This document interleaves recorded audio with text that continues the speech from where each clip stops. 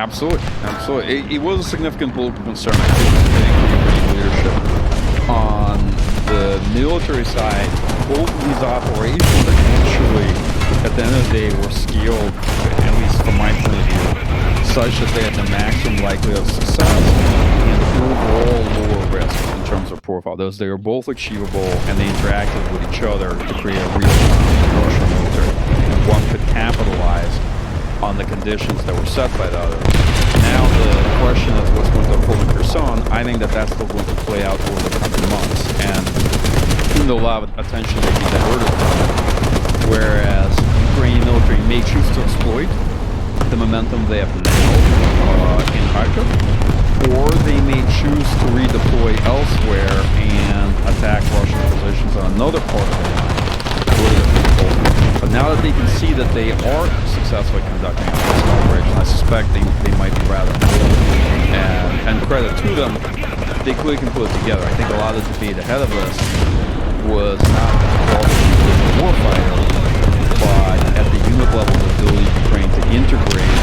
Yeah, we were concerned that Ukraine would not be able to train up sufficient force to do something like this in time. Sure, especially coming out of June, where they were suffering high levels of attrition, and different countries, especially the UK, began efforts to train up the Ukrainian military for that reason, to avert force degradation of force quality. And there was a question, could Ukraine put enough units together, not over a longer timeline, but by September, right, between June and September, to pull this off. I think that's about it.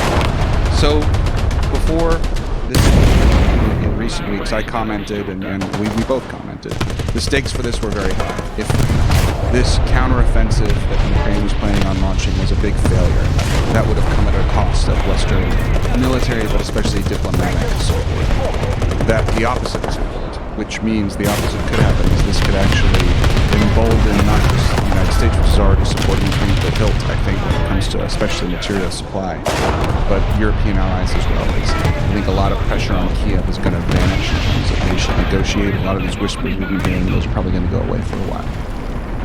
So we're entering this new phase, I think it's fair to say.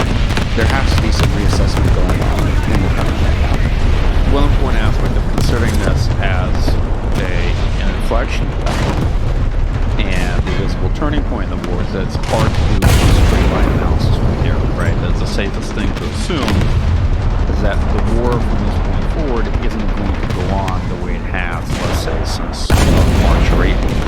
One of the reasons for that is that Russian political leadership has clearly been under the impression that in the long term, they're winning this war.